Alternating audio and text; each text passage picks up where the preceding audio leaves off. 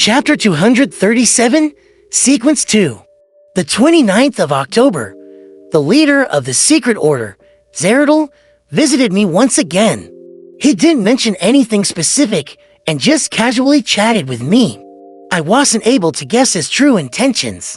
It seems like he just wanted to strengthen the communication between us and understand each other better. I've already met the two high sequence beyonders from the church, but I felt that Zeradal was much more powerful and mysterious than them. So I asked him what sequence number he was without much hope, and in the end, he actually answered me. He told me that he was a Sequence 2, Miracle Invoker. Sequence 2, in the church's categorization, that's the position of an angel, close to that of a deity.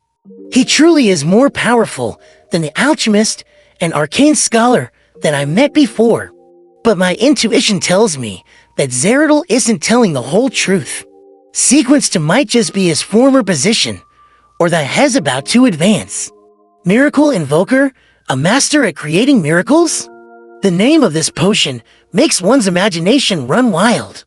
This is the corresponding Sequence 2 of Seer, a miracle invoker who controls fate. I tried probing Zeradal if the word miracle refers to the miracle of fate, that the Seer pathway is one that slowly understands and grasps fate so as to control it. Zeradal ignored the first question. He told me that fate is just one of the parts of the Seer pathway, and it's not even its main focus. The pathway that truly represents fate is Monster. He raised a few examples, which were all potion names of the Monster sequence. Sequence 7 the Lucky, Sequence 5 the Lucky, Sequence 2 Soothsayer, and Sequence 1 Snake of Mercury. It's also known as the Snake of Fate. This was the first Sequence 1 I got to know. It hit me right in the face. According to what I know, the Monster pathway should be controlled by the Life School of Thought. This school seems to also have parts of the Apothecary sequence pathway.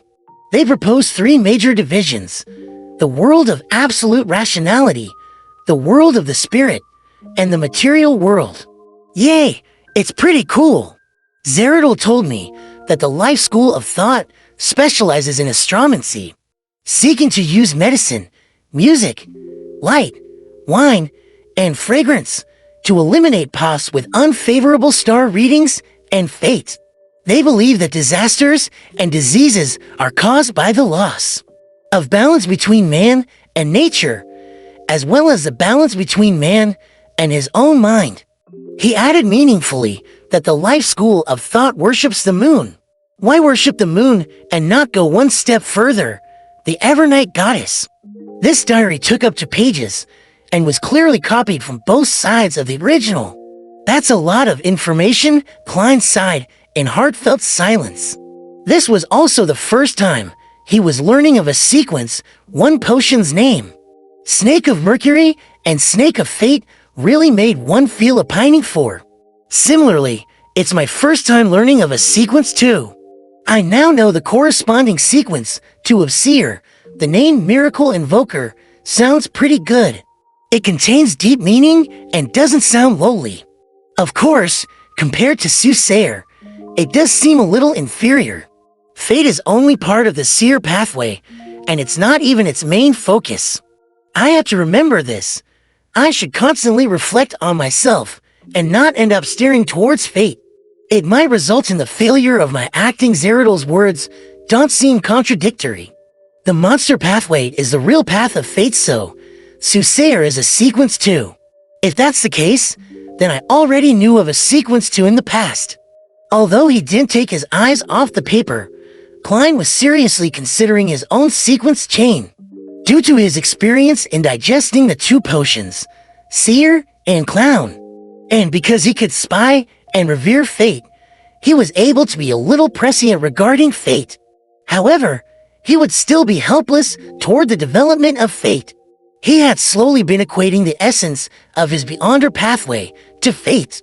If it wasn't for this diary, it was very likely that he would have used this as a premise to comprehend and act for the subsequent sequences. As for whether or not Zeradal was lying, what Klein was certain of was that the Monster pathway was definitely the sequence of fate, which was consistent with what he had seen from the confidential information of the Night Hawks, and with the potion name he had heard of earlier, Soothsayer. Now that there was a fate sequence, the seer pathway was unlikely to be a repeat. This would result in some degree of overlapping, and it would be inconsistent with how each of the current sequences had different characteristics. Therefore, Klein was inclined to believe what Zeridal had said. He was inclined to believe that fate was only part of the seer's pathway, not even its main focus. The value of these 2 pages is invaluable to the present me. The alchemist and the arcane scholar should be the higher sequences of the savant pathway. From Roselle's tone, they definitely don't belong to sequence 2 and 1. That is to say, they are sequence 4 and sequence 3 for the time being. It's impossible to determine which is sequence 4 and which is sequence 3. Klein gathered his thoughts, flipped the diary, and continued reading. As for why the life school of thought only worshipped the moon and didn't believe in the Evernight goddess, which symbolized the crimson moon, he was unable to ponder too deeply about it due to the lack of information. The 3rd page was Roselle's recount of inventing a practical steam engine. At times, he was afraid of suffering crackdowns, and at other times, afraid that the fruits of his labor would be seized by powerful figures. His words displayed his fear of being persecuted.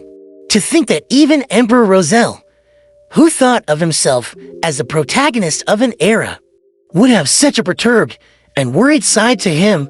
The corners of Klein's mouth twitched as he flipped to the 4th page of the diary. The 18th of April, Matilda is pregnant.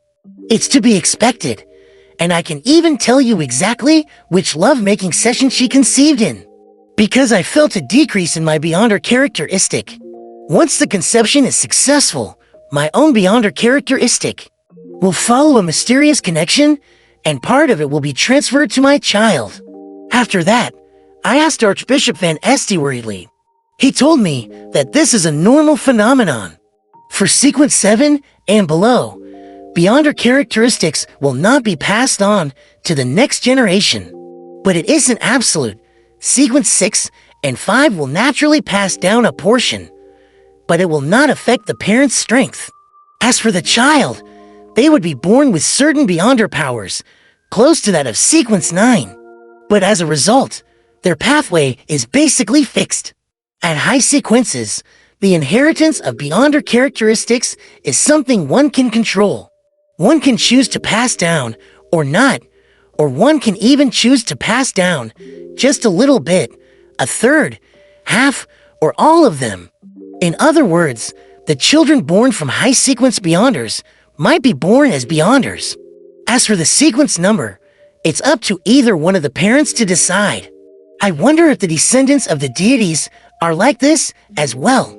After reading the diary, there were only 2 phrases in Klein's mind: Law of Beyonder Characteristics Indestructibility and Law of Beyonder Characteristics Conservation.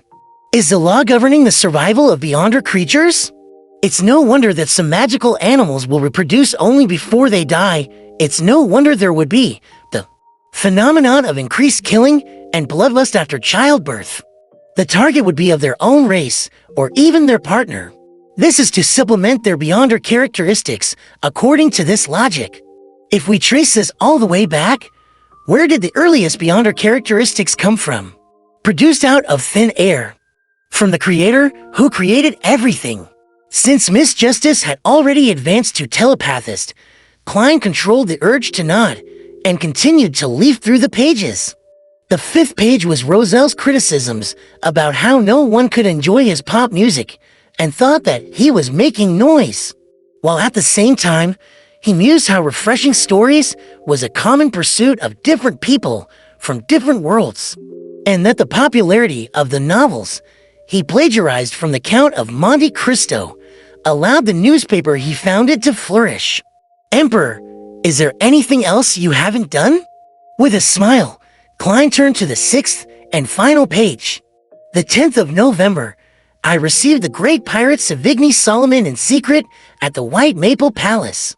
Solomon, I hope that he will plunder my opponents on the New Sea route and strike at the ships of Fasak, Lone, and Fainapotter, and I promise to help him advance to a high sequence Beyonder. The Beyonder pathway of Dark Emperor has names that are as strange as the Demoness Pathway Corruption, Confusion, the Fallen.